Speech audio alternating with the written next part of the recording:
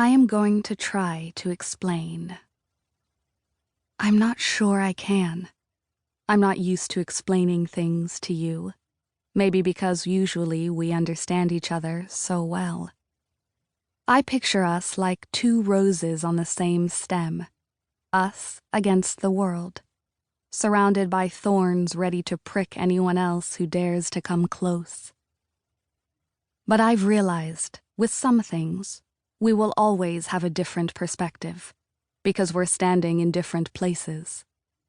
You see family so differently than I do, because you come from a luckier, happier world. Sometimes I'm drowning in jealousy, the way you take your family for granted. I love you, passionately, consumingly.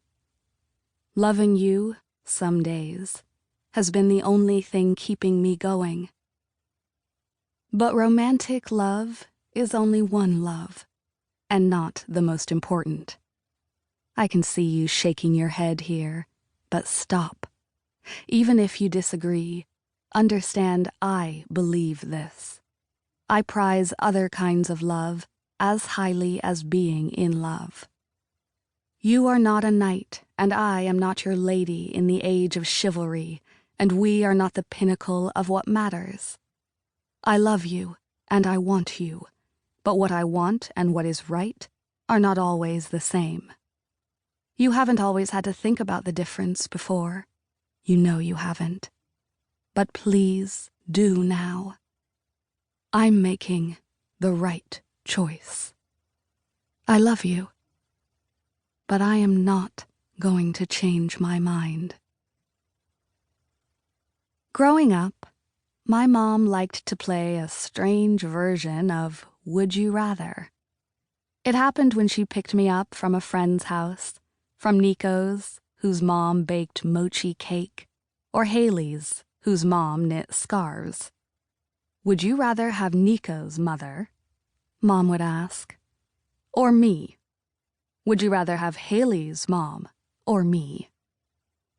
Even during the worst fights between us, I knew better than to cross this line. Fights between mothers and daughters transcended almost to an art form.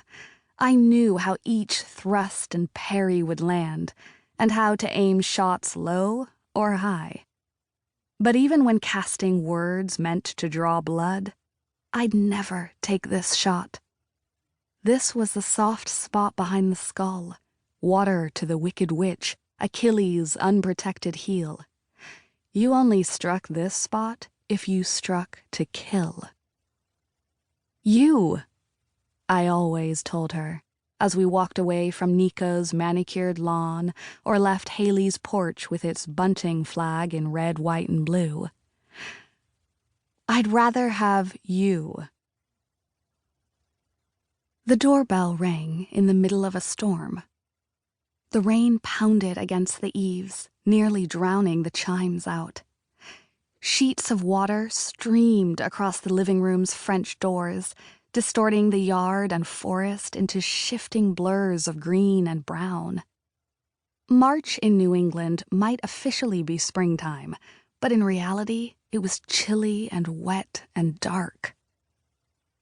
I sat curled on the sofa, reading Rebecca by Daphne du Maurier.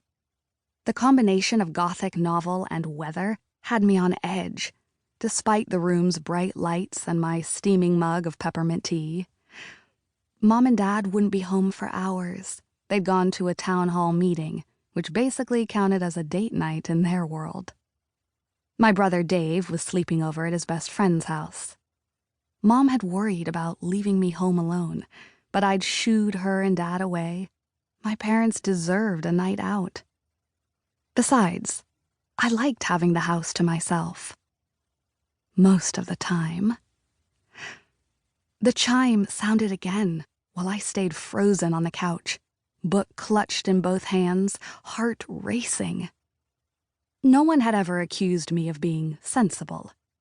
You have a tad of an overactive imagination, Dad often said, holding his thumb and forefinger a hair's breadth apart.